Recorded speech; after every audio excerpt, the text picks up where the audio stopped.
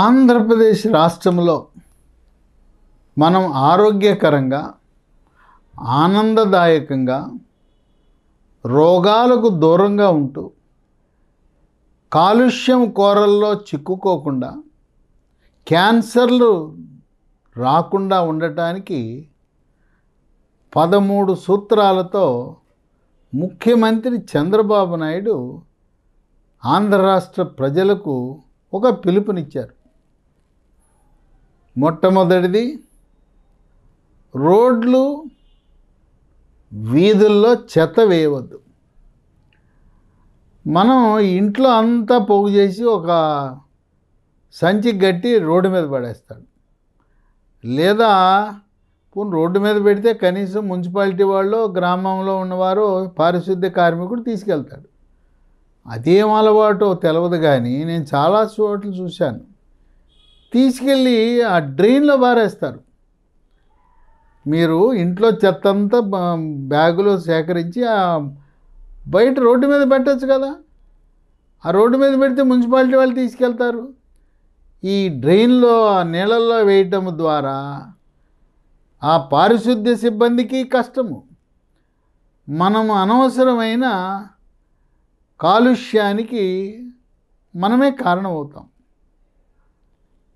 ఆ విధంగా చెత్త యొక్క నిర్వహణలో ఒక పిలుపునిచ్చారు చంద్రబాబు నాయుడు.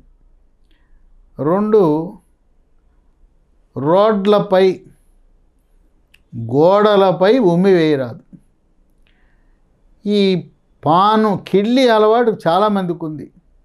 ఈ కిళ్ళి అలవాటు ఉత్తరాది వాళ్ళకి ఎక్కువ. ఉత్తర భారతంలో ఉండే వాళ్ళు ఎక్కువగా ఈ కిళ్ళి తింటుంటారు. దీన్నే పాన్ అంటారు. ఇది ఎక్కువగా హైదరాబాద్ నగరంలో ఎక్కువ ఉంటుంది. ఆంధ్రప్రదేశ్ రాష్ట్రంలో ఈ కిళ్ళి, పాన్ అలవాటు తక్కువ. వీళ్ళు ఎక్కడ పడితే అక్కడ ఊసేస్తుంటారు. ఆ రోడ్లపై, గోడలపై ఉమ్మి వేయరాదు. ఈ ఉమ్మి వేయటం వల్ల ఉమ్మిలో ఉండే క్రిములు ఇతరులకు వచ్చి అంటువ్యాధులు ప్రబలుతాయి. దీనివల్ల ప్రధానంగా టీబీ వ్యాధి ప్రబలే అవకాశం ఉంది. తర్వాత తెల్లగా ఉండే గోడలపై ఉమ్మేస్తే అక్కడుండే అందం చెడిపోతుంది. చంద్రబాబు నాయుడు ఆంధ్రప్రదేశ్ రాష్ట్రంలో రహదారుల పక్కన ఉండే గోడలన్నిటికీ అందంగా రంగులు వేయిస్తే, ఆ గోడల మీద ఈ ఉమ్మేస్తే, ఉమ్మంటే ఈ కిళ్ళి నవిలి ఉమ్మేస్తే అవన్నీ పాడైపోతాయి. ఇక 3, కొంతమందికి ఒక అలవాటు, చెడ్డ అలవాటు. కరెన్సీ నోట్ల మీద 50 రూపాయలు, 100 రూపాయలు, 500 రూపాయల మీద రాసేస్తుంటారు. ఆ నోట్ల మీద రాయకూడదు. కొంతమంది చేతి మీద రాసుకుంటారు బాల్ పెన్ పెట్టి. ఏం చేతిలో ఒక పెన్నో పేపరో పెట్టుకోవచ్చు కదా, జేబులో, పర్సులో పెట్టుకోవచ్చు కదా. అట్లా నోట్ల మీద, కరెన్సీ నోట్ల మీద ఎవరు రాయకూడదు. అంటే గోడల మీద కూడా పిచ్చి రాతలు రాయకూడదు. ఇప్పుడు లేదు. ఇంతకుముందు ఎన్నికలు వచ్చినాయి అంటే గోడల మీద రాతలు ఉండేవి. ఇప్పుడు గోడ రాతలు రాస్తే ఆ ఎన్నికల్లో ఆ అభ్యర్థిని అనర్హుడిగా ప్రకటిస్తున్నారు. ఆ గోల పోయింది. ఎన్నికలప్పుడు గోడల మొత్తం రాసి పారేసేవారు. అట్లాగే వ్యాపార ప్రకటనలు కొంతమంది ప్రైవేటు భవనాల యొక్క యజమానుల అనుమతి లేకుండా రాసేస్తున్నారు. ఈ పిచ్చి రాతలు గోడలపై రాయకుండా మనం పర్యావరణ హితంగా, అందంగా నగరం ఉండాలంటే గోడలు కూడా అందంగా ఉండాలి. ఇక 4,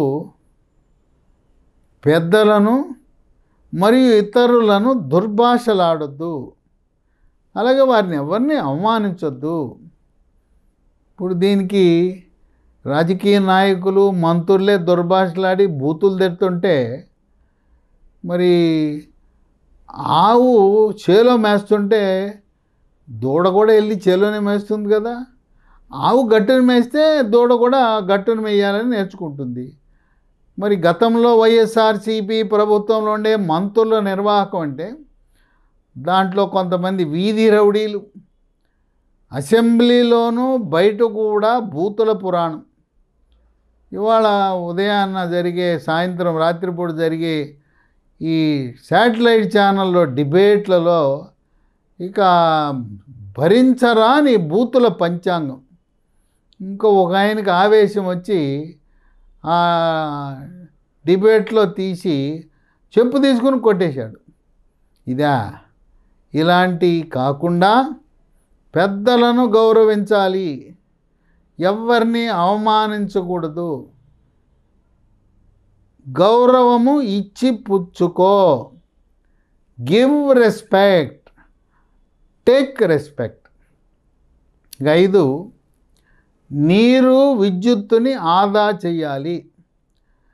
మీరు ఎక్కడైనా కూడా, అది రైల్వే స్టేషనా, బస్ స్టాండా, మన ఇంట్లో కానీ ఎక్కడ నీరు వృధా అవుతున్నా వెంటనే ఆ నీరుని వృధా కాకుండా ట్యాపు కట్టేయాల్సిన అవసరం ఉంది.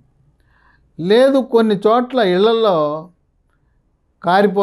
ట్యాప్ లీక్ అవుతుంటుంది. అటువంటి సమయంలో తక్షణం మనం ప్లంబర్ని పిలిచి ఆ నీటి వృధాని అరికెట్టాలి. ఇక విద్యుత్తు ఆదా చేయవలసిన అవసరం. విద్యుత్ ఆదా విషయంలో చంద్రబాబు నాయుడు ఒక బ్రహ్మాండమైన పని చేశాడు. ఇప్పుడు కూడా చాలామందికి మీకు తెలియదు.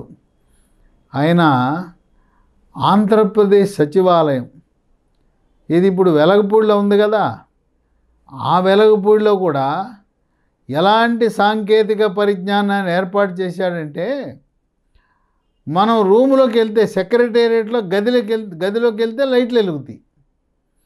మనం లేచి బయటికి వెళ్ళిపోగానే ఎవరు మనుషులు లేకపోతే లైట్లు ఆరిపోతాయి.